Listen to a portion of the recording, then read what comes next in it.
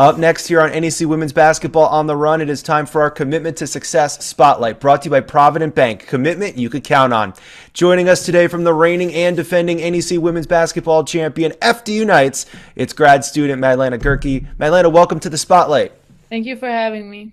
We're so glad to have you aboard. Obviously, things are going really well for FDU this year, 12-0 in conference play, 2-game lead in the standings. So from your perspective, what's been working well for the team? What have been some of the keys to success to this point in the season? I think what's working well is our defensive principles, the details that Coach Gailey is constantly working on, and we as a team are working on, has been a big part of our success. Yeah, I wanted to ask you about that because FDU right now is one of the best scoring defenses in the entire nation. We talked about Coach Gately and her defensive principles on the show before. So, as someone new just coming onto the team, well, what does she do that's different or so effective? What's been the key to success on the defensive side as someone who's fresh into it? Well, I've always loved defense, and in recruiting process, I had made it clear, and I love that Coach Gately focuses on defense. It's I love to learn from her perspective as well, and it's just staying down on these up fakes, not raising your hands down to get a silly foul, just like all these little things, and we kind of get reminded of that every single day because as a basketball player, you automatically want to like block a shot. Um, but I think just those little details to not jump, to not foul, and stuff like that has just been something that keeps us disciplined. So the discipline in your mind is the key, is important. Definitely. Yeah. Especially when you get down to those little details, as you mentioned. So now you come onto the team this year, and the program is in the middle of this run of sustained success. Obviously, the reigning champions, 31 straight league wins going back to 2024. So, what has it been like for you to come into this culture that's already been established and then try to push it one step forward? What is it like for you to kind of come aboard the train that's already moving here? It's been great. Everything that they stand for, I know I stand for. It's respect and just doing best you can each day, like as Coach Gailey says, be where your feet at. So I think just the culture that she has built really represents me as a person as well. So it's been, I would say, pretty easy to adjust to what they have built so far. Oh, that's good to hear. And it seems like that because obviously the results have spoken for themselves here. How has the coaching staff kind of pushed you, or maybe teammates have pushed you to kind of grow your game and improve as the season has gone along? What are some ways that they've kind of, helped push you along? I think they, especially like my position coach, Coach Jeremy, and Coach Nikki have helped me a lot. Obviously coming in here, I hadn't played my last year, so it was just like seeing where I'm at. They have helped me build my confidence back to where I'm like okay with taking shots and missing them. I can get pretty hard on myself about that, but I always have Coach Jeremy, Coach Nikki, and like even any coach on the staff would remind me, this is your shot, keep shooting that. So they've done a great job of just keeping my head like above the water, let's say that, and just like next play mentality. Over the last 6 games, really since the last time the team played Central, you've been averaging 15 points per game. You've hit 4 threes in 4 of the last 5 games. So it seems like you've gotten into like a comfort zone. You mentioned that your assistant coaches. Is that it? Just that comfort level from your coaches, the confidence that they put in you, is that's what helped the production, or has there been something else that's kind of gotten you into this zone over the last couple of weeks? I think it's definitely the confidence is owed to a lot is owed to my coaches. Obviously it starts within you, and we all know basketball players can get, it's ups and downs, but with this coaching staff is just constant faith in their players, and they know what we are capable of. So I know that I have that trust from them, and it was helping me get out of my little moment of where it wasn't going the way it was I hoped for. So a lot of the confidence I can thank them to like bring me here.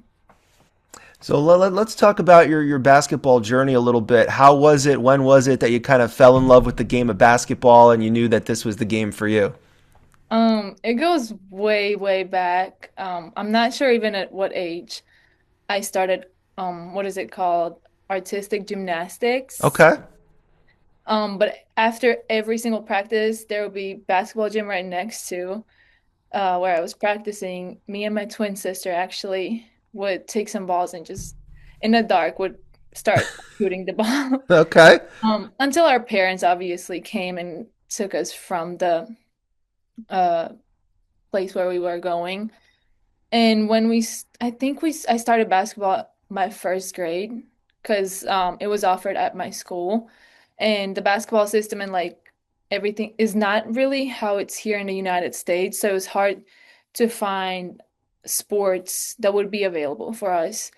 So basketball was the only option, and since first grade, they put me in basketball. Me and my two other sisters, we were put in basketball, and then moved up. And me and my twin sister are right now here in the States. Has it been? I would imagine it's been very competitive with all those sisters playing basketball at the same time. So my older sister, she stopped playing like a couple years into basketball, but with my twin sister, she definitely made it competitive. Okay. Yeah. You kind of hinted at it a little bit, the differences between basketball in Latvia and here in the United States. What have you seen as some of the biggest differences just in the styles of the two countries and the way they play basketball? Now that I've been here for a decent amount of time, the biggest differences for me was probably the 30-second shot clock. Also the half court rule where you can inbound half court and stuff like that. The free throw line where it's like three people on each side, not like two and three. So I think like these little tweaks were more of a shock for me than just the aggressiveness or like how physical the basketball is. I've been on teams that are kind of like both like defensively focused and offensively, but yeah, it really depends on your coaches. Okay. Yeah, I would say it depends on your coaches how the game is ran and how you play. Well, as we talked about, she talked about. It looks like we're at a comfort level right now. Everything's going pretty smoothly, and that kind of brings us to this week. Now, it's a little bit of a different week because there's no Thursday, Saturday. It's just Saturday, so a little bit of extra time to get ready for that game. So, just out of curiosity, how's the team kind of spending the week without that Thursday game? Is there any tweaks to the schedule? Is there anything different with the preparation this week? Nothing's different with the preparation. We're still preparing for the upcoming game, and it's regular practices. We stay ready. Absolutely. Stay ready so you don't have to get ready, right? Now, the team travels to New Britain, Connecticut on Saturday, 1 p.m. It's a national broadcast, ESPN Plus, Yes Network, Nesson will all have it. What are some keys to the game to watch for the Knights to be successful against Central Connecticut coming up on Saturday? Just play our level of basketball, the game we know that we can play. Solid defense. That's always our key to start strong on defense, and the offense will follow. Um, I really think those are the two big keys: play our game and solid defense. It's been working so far, as you mentioned, 12-0 and counting as they go into this game coming up on Central, 1 p.m. ESPN Plus, Yes Network, and Nesson. So these are the final five questions, Madlena. So we're gonna go rapid fire. So first thing that comes to mind, let it out. All right. Yes. All right. Favorite color? Sorry. Pastel, any pastel color. Okay. Pink, blue. Very good. Favorite snack or junk food? All right, so this is a combo of purple Doritos, which is sweet and spicy, and mild queso. Just give it a Ooh. try. It's great. Okay. Favorite karaoke song? Love. I just don't know the name of the author. That's like a character of mine. I either know the name of the song or the author of the song. But Well, that's like me. I've heard a lot of songs, but I couldn't tell you. So I'm in the same boat. What would you rather? We know it's Valentine's week here, so would you rather get 100 roses or 100 chocolates? Roses. Okay. And the last question, what is the key for FDU to keep this momentum going and be the ones cutting down the nets at the end of the NEC tournament in March? Details. All right. Key is in the details. Madlena, thank you so much for joining us today, and best of luck to you and the Knights the rest of the season. Thank you.